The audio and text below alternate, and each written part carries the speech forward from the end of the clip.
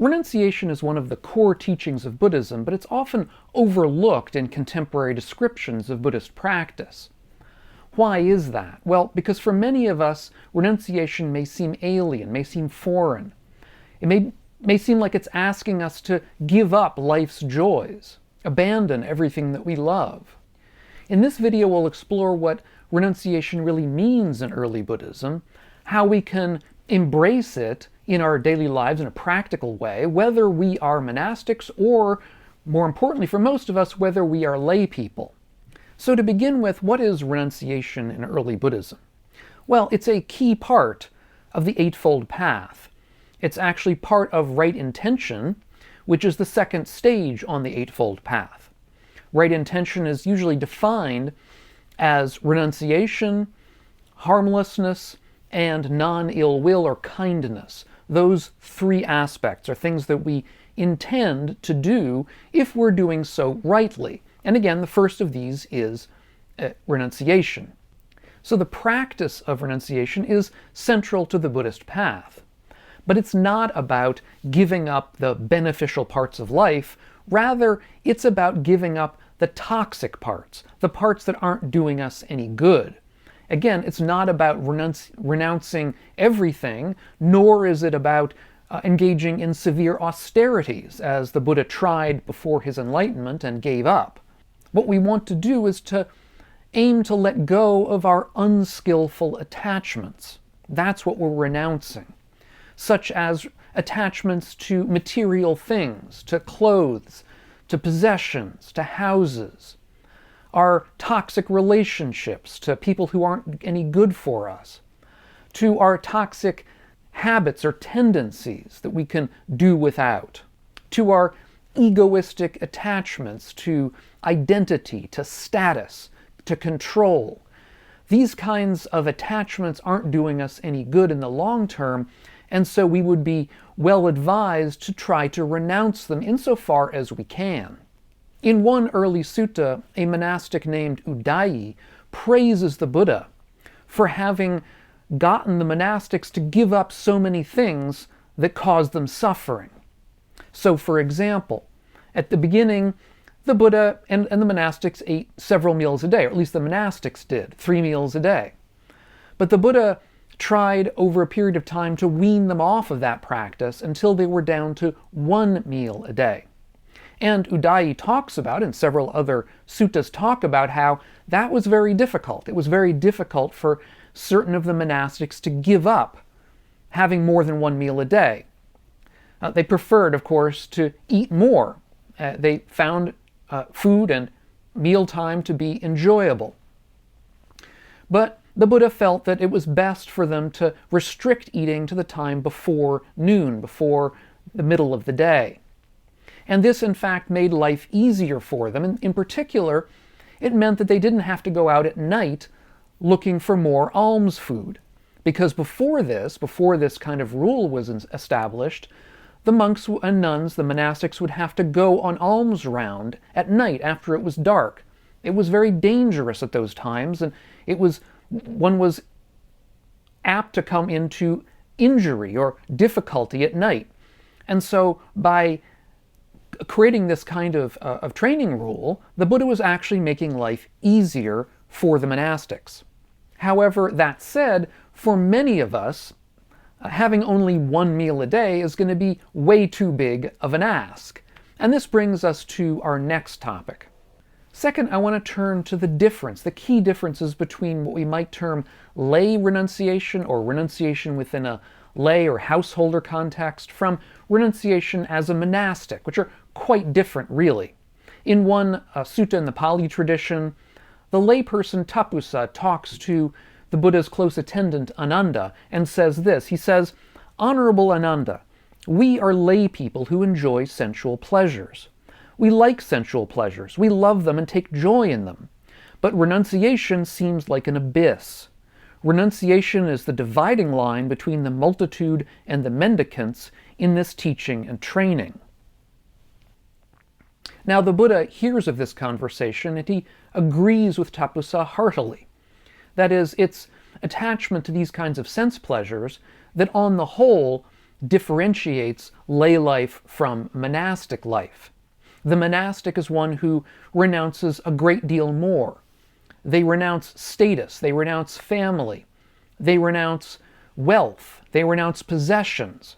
They also, of course, renounce sexual activity and their job. They renounce the ability to make money and make a living. Now, this more radical path of renunciation, of course, creates a situation, a context in which focused meditation and the possibility for insight become more likely. It becomes easier to do this kind of meditation over a long period if you're not concerned with these kinds of attachments. In the case of the layperson, however, a practice of renunciation is going to be more subtle and more situational, situation by situation. Now, I'm going to get to a few ideas of the way we can practice with this in a moment, but in a nutshell, we might want to consider simplifying our material possessions. Now, of course, this is going to be much less of a rigorous kind of renunciation than the monastic will undertake, but nevertheless, even if we do it in a small degree, it's still beneficial to us. Now, there are examples of various proficient lay people in the early suttas. One of these, for example, is the householder Chitta, who I did a video about in the past. I'll leave a link to that video down below if you want to hear more about his story. However, Chitta, it is said in the suttas, was what's called a non-returner. This means that he was not yet enlightened. However, he had gotten to a stage just prior to enlightenment in which he no longer had any attachment to sense pleasures. And this step, although it's not the entire way, is a pretty big deal. Now, even so, even though he had given up this attachment or craving for sense pleasures, nevertheless, he was portrayed as a very wealthy person, because several times in the suttas he offers to support various monastics during their training. He also gives large donations of food to the monastery. So it's clear that he is a wealthy, prosperous business person. It's not clear, as I recall, not clear what his job is, exactly what he does, but nevertheless he is wealthy. And yet he continues a lay life, although at the same time he is somebody with great advancement. The key lesson here is that a practice of renunciation, even a very advanced practice, does not necessarily mean giving up our wealth or our responsibilities, lay responsibilities. What it means is to pursue them wisely without undue attachments. Third, I want to discuss some practical steps for renunciation within a lay context for those of us who are lay people. And as I said before, I think the first step on this can be to consider simplifying some of our material possessions. Are there things that we surround ourselves with that we don't really need anymore, and that we can get rid of to perhaps create a little bit more space for peace in our lives? If so, we might consider discarding some items or selling them perhaps. There are many ways to sell things online. Or giving them away, if there's an easy way to give something to an organization or somebody who needs them. That would also be very beneficial. We can also practice being more intentional in what we acquire. If we're thinking of purchasing something, we might ask ourselves mindfully whether we really need this thing or whether it's simply going to collect dust on a shelf within a day or two. We might also reflect upon the ways that advertising and consumerism in contemporary culture create in us unnecessary sorts of craving and desires. That if we hadn't seen this advertisement for this thing that we really don't need, we wouldn't be out buying it. And so if we spend time mindfully reflecting upon that influence upon us, perhaps it'll make a slight difference in how we actually act when it comes to purchasing things. Second, we can look to renounce some of our toxic habits. We can mindfully consider our lives and look for what kinds of habits we have that aren't good for our mental or physical health. So for example, many of us get into a toxic relationship with social media. We get into arguments, disputes in social media. We spend time gossiping in ways that aren't helpful to the world. We may spend too much time complaining about things in a negative way that really doesn't bring us any benefit. And we can also overindulge ourselves in sensual pleasures online of various kinds. All of these can be unhelpful to us. I've discussed in past videos how I myself tended to get addicted to gaming, computer games. I had, I believe it was an Xbox many years ago, and I found that playing computer games made it difficult for me to sleep at night. I would tend to play them a lot. I found them enjoyable, of course, but they tended to get my mind in a state where it was difficult for me to sleep. They were stressful in that way. And so I decided it was best to renounce them in a general sense, not entirely, I do play a little bit sometimes, but in a general sense renounce them and not spend so much time with them. Now, I don't mean to say that you necessarily are the same as I am. We each of us have to find what sorts of things are toxic in our own lives and what sorts of things we can make up with and that are fine for us. Many of us find computer games fun and don't find them toxic. I'm not arguing that. Or we may find that, let's say, overwork makes life a burden for ourselves, or maybe it makes life a burden for our families, for people who are close to us, who we care for. Or we may find that procrastination is making our life more difficult. If we notice these kinds of tendencies, these kinds of toxic habits, then we can mindfully try to think up ways to avoid them, to stop doing them, to find ways to counteract them. We might also consider some wholesome alternatives to these kinds of toxic tendencies and habits on our parts. For example, instead of pursuing some of these, we might consider meditation, meditating for a certain period of time a day or a longer period of time a day. We might consider simply mindful breathing during a certain period. We might consider taking up an exercise routine. I think there's very little that is more healthy to us than regular exercise.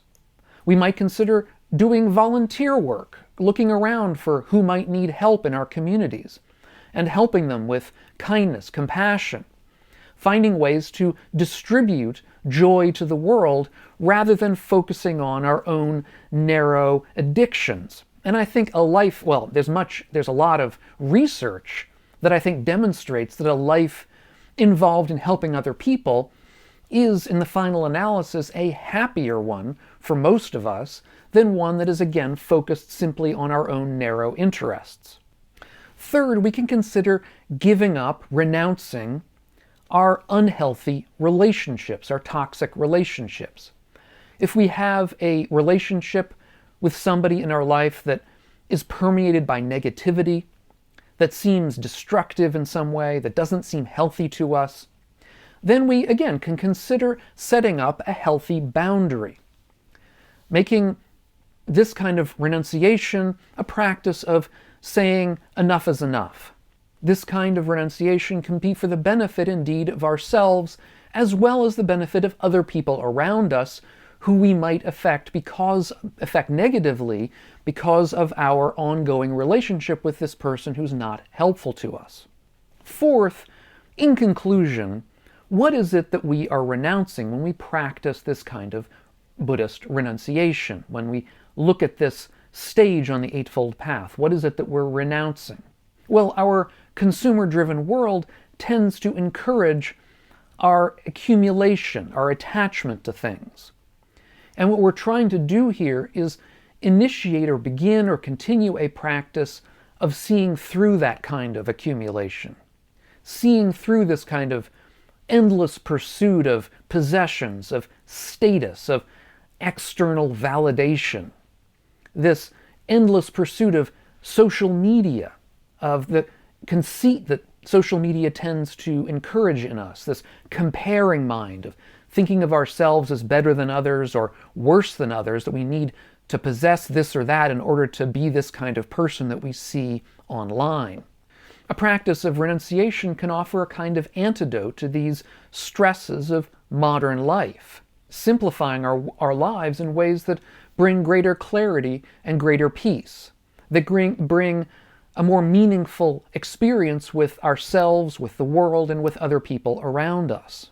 So renunciation, a practice of renunciation, is not about giving up life, but instead it's about letting go of those parts of life that we find are unhelpful to us, that are unhealthy. Now, I want to reinforce the point that I've been making, I think, throughout this video, which is that a practice of renunciation, particularly within a lay context, does not have to be perfect or extreme or complete. If we're even able to renounce one bad habit or release attachment to one sort of possession that we have, it can make a big difference in our lives and perhaps the lives of other people around us as well. So my question to you is, what do you find in your life that is toxic or unhelpful that you might be able to renounce? How can a practice of renunciation help you in your own life? Now, there's a relatively current kind of philosophy that is going around called minimalism, and I did a number of videos a while back about that philosophy and the ways that it sort of intersects with these kinds of Buddhist practices that we're discussing in this video. And I'll leave that playlist up here on the screen if you haven't seen those or would like to see them again. If you're getting something out of this approach of mine, consider taking a look at my Patreon page, which is linked up here on the screen and down below in the notes, and see if you want to help support the channel and the work that I'm doing here. Thanks so much, and we'll catch you on the next video. And meanwhile, all of you, be well.